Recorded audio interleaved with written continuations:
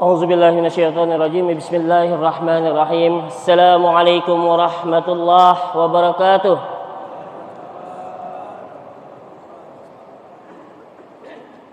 إن الحمد لله نحمده ونستعينه ونستغفره ونستهديه ونتوب إليه ونعوذ بالله تعالى من شرور أنفسنا ومن سيئات أعمالنا من يهده الله فلا مضل له ومن يضلله فلن تجد له وليا ولا مرشدا أشهد أن لا إله إلا الله وحده لا شريك له وأشهد أن سيدنا ومولانا محمدا عبد الله ورسوله لا نبي بعده اللهم صل وسلم وبارك على حبيبنا وشافعنا وقرة أعيننا محمد صلى الله عليه وسلم وعلى آله وأزواجه وذرياته وأصحابه ومن تبعه بالهدى والتقى والرشاد والإحسان إلى يوم المعاد. Para jamaah sekalian, jamaah suling yang dirahmati Allah Subhanahu wa taala, seluruh asatiz wal asatizah wal muqarramin, Bapak Marwan, pengurus dari Al-Ikhlas, yang Bapak Syams dan seluruh jajaran pengurus yang lainnya. Jamaah yang dirahmati Allah Subhanahu wa taala. Ada suatu cerita bahwasanya seorang bupati mengirim sebuah surat kepada salah seorang camat. Mungkin kalau dalam bahasa administrasi disposisi Pak ya, disposisi, mengirimkan sebuah disposisi kepada yang terhormat Bapak Camat A di wilayah A. Tolong coba carikan sebidang tanah ya, seluas sekian-sekian untuk sebuah FDI, Foreign Direct Investment. Foreign Direct Investment ya, investasi langsung dari asing. Karena ada laporan bahwa saya dari pusat, ada dari luar negeri dana, kita mau bikin pabrik, mungkin disampaikan ke, akhirnya sampai bupati sampai ke camat. Sampailah surat tersebut di kecamatan, dibaca oleh Pak Camat ya.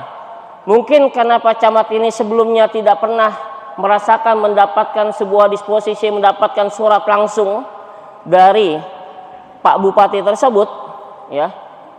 Surat tersebut dibaca-baca, hanya dibaca-baca, mungkin kemudian dilaminating ya, diberikan parfum, minyak wangi ya, ditaruh tempat yang tinggi ya, hanya dilihat, dipandang, wah saya dapat surat dari Pak Bupati.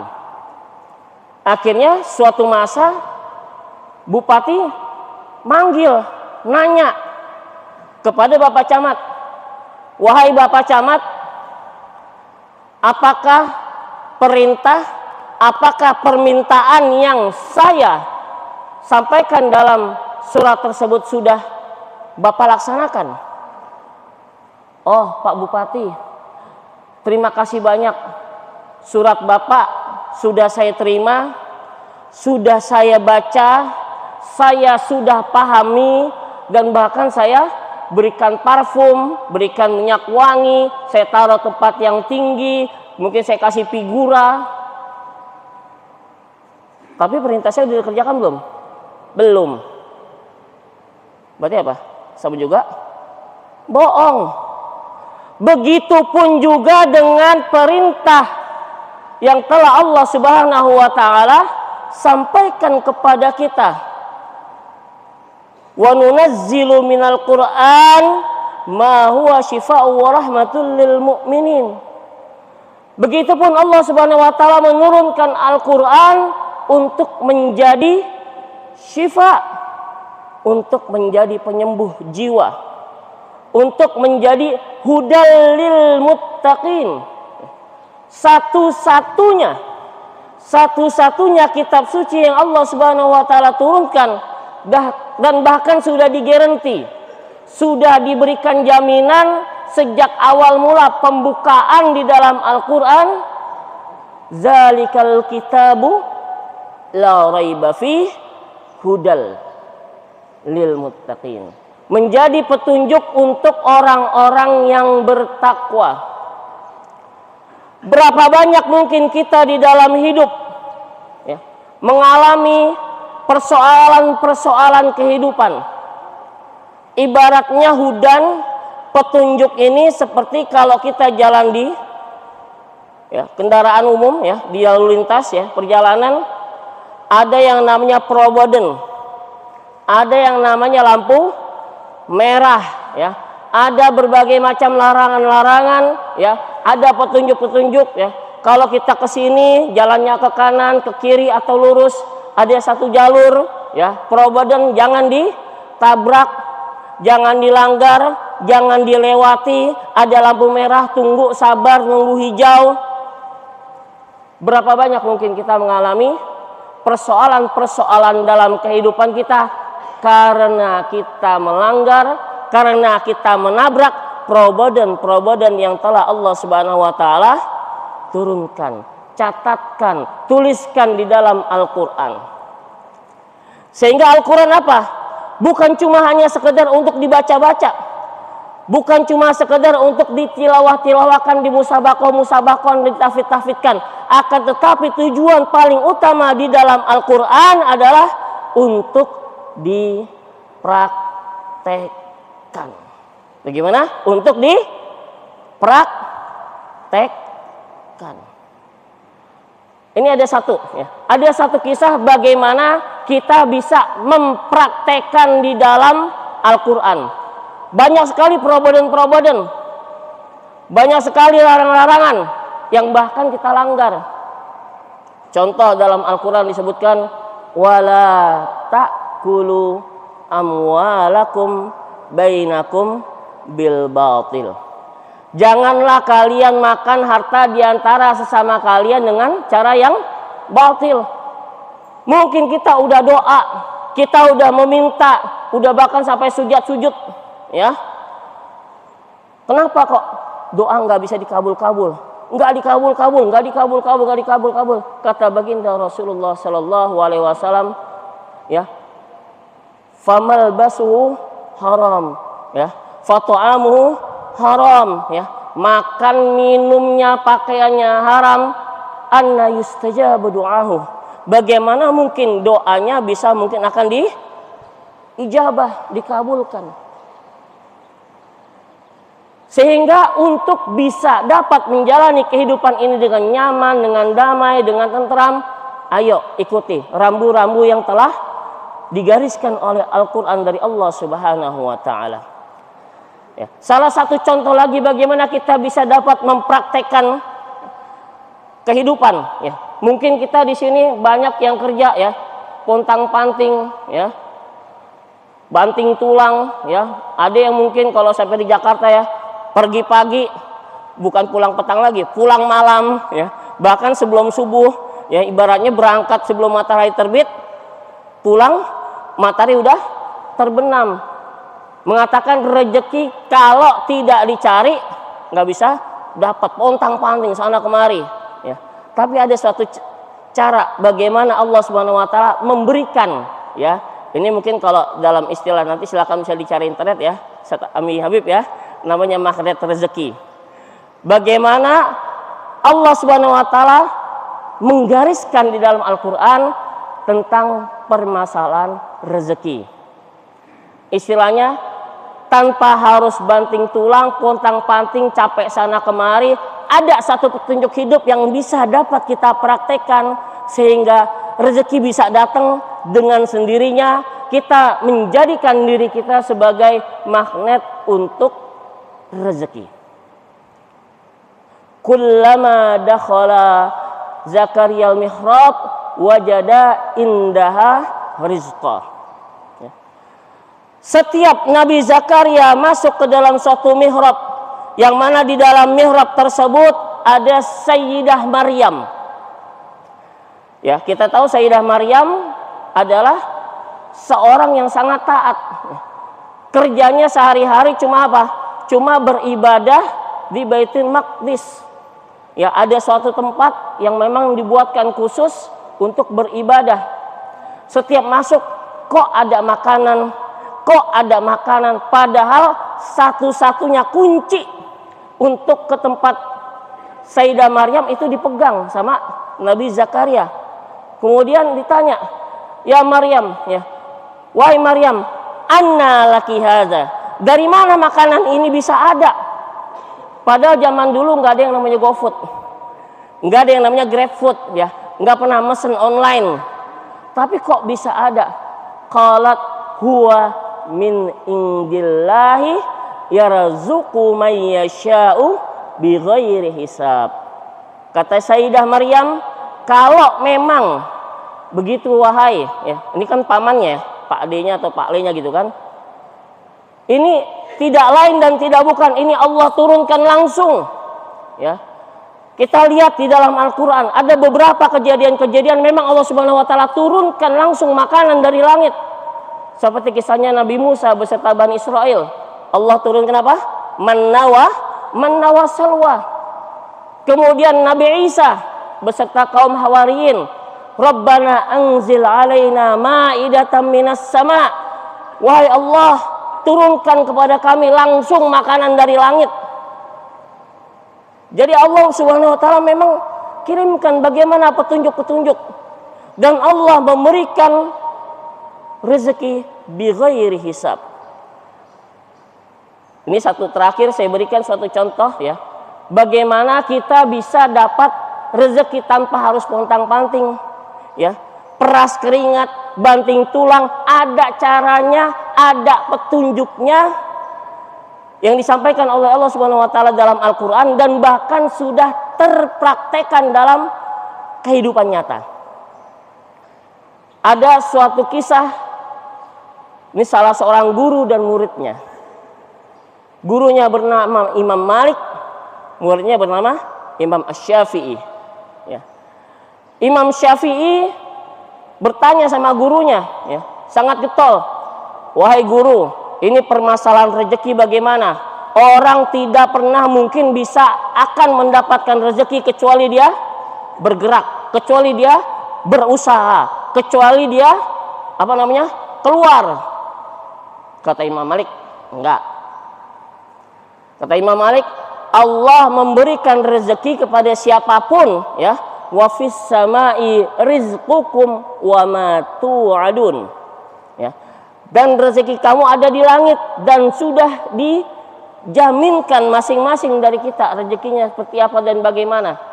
Ketika Allah Subhanahu wa taala tiupkan ruh ke dalam rahim orang tua kita, rahim ibu kita, itu udah ada jatah-jatah, tapi masing-masing kita tidak tahu rezeki kita masing-masing berapa. Nah, ini Imam Syafi'i masih mikir gimana caranya bisa meyakinkan gurunya Imam Malik bahwasanya orang kalau nggak kerja nggak dapat rezeki. Sementara Imam Malik bilang enggak, rezeki itu di tangan Allah, ya. Kita mendapatkan rezeki bukan karena kerja, tapi karena memang Allah Subhanahu wa taala yarzuqu may yasha. Allah memberikan rezeki kepada siapapun dan bahkan kepada dabah, kepada binatang-binatang, hewan-hewan melata. Wa ma min dabatin fil ardi illa 'alallahi rizquha. Tidak ada satu binatang melata pun yang melata di atas muka bumi ini pasti Allah sudah jamin rezekinya. Akhirnya Imam Asy-Syafi'i bertemu dengan seorang nenek-nenek lagi membawa sekarung kurma, ya, tamar kalau dalam bahasa Arabnya. Ini mungkin karena karung kurmanya berat, Imam Syafi'i masih segar bugar, ya, masih muda. Akhirnya bagaimana, Nek? Ini mau kemana? Ini karungnya seperti apa? Gimana? Ya udah, cu, saya bawa, ya, saya bawa aja, kata Imam Syafi'i. Dibantulah, ya, dibantu oleh Imam Syafi'i, ya, membawa sekarung kurma tersebut, ya, sampai ke rumah si nenek. Ya, karena si nenek sudah merasa terbantu, ya, dibawain sekarung kurma, akhirnya apa? Dibawa, ya, mungkin sekresek kalau bahasa kita sekarang, ya, satu kantong plastik, ya, satu kantong plastik. Ini terima kasih ya udah bawain kurma saya. Nah, Imam Syafi'i seketika itu serta-merta langsung ingat nih. Saya dapat rezeki gara-gara karena saya kerja. Coba kalau saya enggak ngangkat nih karung nenek, maka saya enggak dapat sekantong kurma ini. Akhirnya langsung buru-buru dia bawa ke gurunya, Imam Malik. Wahai guru, ini tadi saya ketemu nenek-nenek lagi bawa kurma sekarung, ya. Kemudian dia tidak mampu, diceritakanlah semua sampai akhirnya saya bisa dapat sekantong ini. Ya. Ini bukti, ya. Ini bukti bahwasanya rezeki tidak bisa didapatkan kalau enggak kerja. Kata Imam Syafi'i, ngotot. Ya. Kata Imam Malik, ya, sambil menikmati korma yang sudah diberikan sama muridnya Imam Syafi'i. Ini juga bukti saya nggak kemana-mana, saya ada di sini. Bahkan rezekinya datang sendiri, engkau yang membawakan. Jadi dua-duanya bisa benar, ya. Cuma tinggal permasalahannya kita berada di posisi seperti apa dan bagaimana. Apakah kita dalam posisi Imam Malik atau kita dalam posisi Imam Syafi'i, ya. Imam Malik posisinya adalah guru, ya. Imam Malik posisinya sudah tinggi. Allah Subhanahu wa taala tetapkan, wa may yattaqillaha yaj'al lahu makhraja wa yarzuqhu min haitsu la yahtasib, ya. Barang siapa yang bertakwa kepada Allah, para ulama udah sepakat arti daripada takwa adalah al-imtisalu bi awamirillah wajtinabu nawahi, dengan melaksanakan berbagai macam perintah-perintahnya dan menjauhi berbagai macam larangan-larangannya. Seperti tadi, mungkin kita ada problem, ya, mungkin ada larangan lampu merah jangan ditabrak. Berapa banyak lampu merah yang sudah kita tabrak dalam kehidupan, wajar. Makanya Allah Subhanahu wa taala tidak menjawab doa-doa. Wajar ketika akhirnya Allah Subhanahu wa taala menahan beberapa rezeki kita karena ya yattaqillah, karena tidak ada ketakwaan di dalam kehidupan kita sehari-hari. Jamaah yang dirahmati Allah Subhanahu wa taala, makanya kemungkinan, ya bukan kemungkinan, kewajiban kita ketika kita membaca Al-Qur'an, ya, bagaimana kita berinteraksi dengan Al-Qur'an, itu menurut para ulama pertama adalah kita mencoba untuk membaca. Kita bagaimana bisa mengerti apa yang berada di dalam Al-Qur'an kalau kita sendiri tidak pernah membacanya. Membaca dalam Al-Quran adalah ibadah. Ibadah tidak dihitung dengan sekali baca. Bahkan setiap huruf Allah Subhanahu wa taala berikan pahala.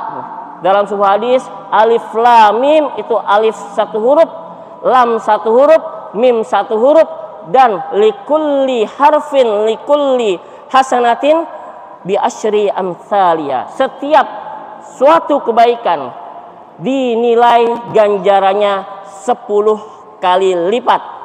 Kemudian yang kedua adalah kita coba pahami apa saja yang tertera tertulis di dalam Al-Quran. Sehingga apa? Setiap muslim sebenarnya seharusnya adalah wajib mengerti bahasa Arab. Bagi orang yang mengaku dirinya Islam, di KTP-nya tertulis agama Islam, wajib harus mengerti bahasa Arab. Bagaimana mungkin dia bisa mengerti tentang bacaan ketika dia sholat, sedangkan dia sendiri nggak ngerti tentang bahasa Arab? Ya, mengerti bahasa Arab bukan untuk orang Arab, tapi adalah setiap orang yang mengaku orang itu adalah orang Islam, mengerti bahasa Arab, mengerti tentang Al-Quran ketika dia baca, mengerti tentang hadis baginda Rasulullah SAW. Mengerti Al-Quran tidak cukup dengan terjemah. Terjemah hanyalah pembuka, ya. Sehingga kita bisa merasakan mendapatkan mukjizat Al-Quran adalah ketika kita mengerti bahasa Arab, mendapatkan al-asrar al-lughawiyah, ya. Keajaiban-keajaiban Al-Quran, mukjizat-mukjizat Al-Quran baru benar-benar terasa ketika kita mengerti tentang nahwu sorofnya, balaghahnya. Itu kita mendapatkan kecintaan, kemurnian allati la tanqadi ajaibu, yang tidak pernah mungkin akan habis ya keajaiban-keajaiban. Setiap kita membaca, kita akan menemukan sisi-sisi unik dan menarik dan bahkan keajaiban mukjizat dari Al-Qur'an. Setelah kita pahamin, terus kemudian kita apa? Kita syiarkan atau kita praktekkan terlebih dahulu ya. Kita praktekkan. Ini adalah tujuan. Ya, sudah paham, kemudian kita praktekkan. Yang keempat baru adalah balighu anni walau ayah, kata baginda Rasulullah sallallahu alaihi wasallam. Sampaikanlah tentangku walaupun cuma hanya sekedar satu ayat. Umat Islam itu sebenarnya adalah umat yang memang harus menyampaikan dakwah. Wa man ahsanu qawlan mimman da'a ila Allah wa 'amila shalih wa qala innani minal muslimin. Ya. Mengatakan dia ini adalah muslim, kami orang muslim, dan sebaik-baiknya perkataan adalah da'a ila Allah, yang menyuruh kepada ajaran agama Allah, bukan omongan politikus, bukan omongan ekonom, bukan omongan teknokrat ya.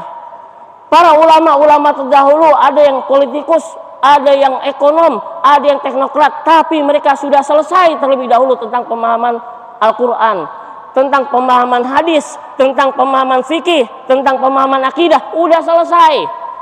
Sudah mengerti tentang masalah agama, baru masuk kepada ranah-ranah ilmu duniawi. Bukan terus kemudian kita pisah-pisahkan, kita kotak-kotakan, oh saya ilmu agama aja, saya ilmu duniawi, enggak. Ulama Islam terlebih dahulu sudah finish, sudah hatam permasalahan ilmu agama, baru masuk kepada ilmu-ilmu duniawi. Dan terakhir baru adalah kita hafalkan. Jadi Bapak Ibu kalau mungkin punya anak ya, jangan main langsung nak tahfidz ya, sehingga terjadi nauzubillah min dzalik, banyak orang hafal kemudian menjadi hafalan seperti burung beo, nggak ngerti, nggak paham apa yang dihafalkan. Kemudian nauzubillah min dzalik ya, ada di YouTube itu ya seorang perempuan ya masih muda, hafal 30 juz katanya, tapi merasa menyesal ya.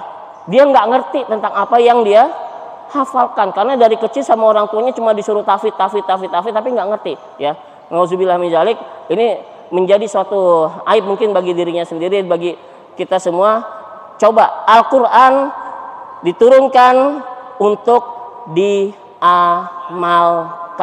dipraktekkan. Terus kemudian perintah selanjutnya baru disiarkan. Kemudian ketika kita memang ya memiliki kemampuan, dan alhamdulillah setiap orang yang memiliki hafalan itu insya Allah Allah akan berikan suatu keistimewaan untuk orang tuanya, diberikan taj, diberikan mahkota, yang mana dalam hadis baginda Rasulullah SAW cahayanya bersinar dari ujung timur sampai ujung barat. Wallahu alam bisawab, sampai kemana. Semungkin cukup sekian. Mohon maaf apabila ada kekurangan dan salah-salah kata.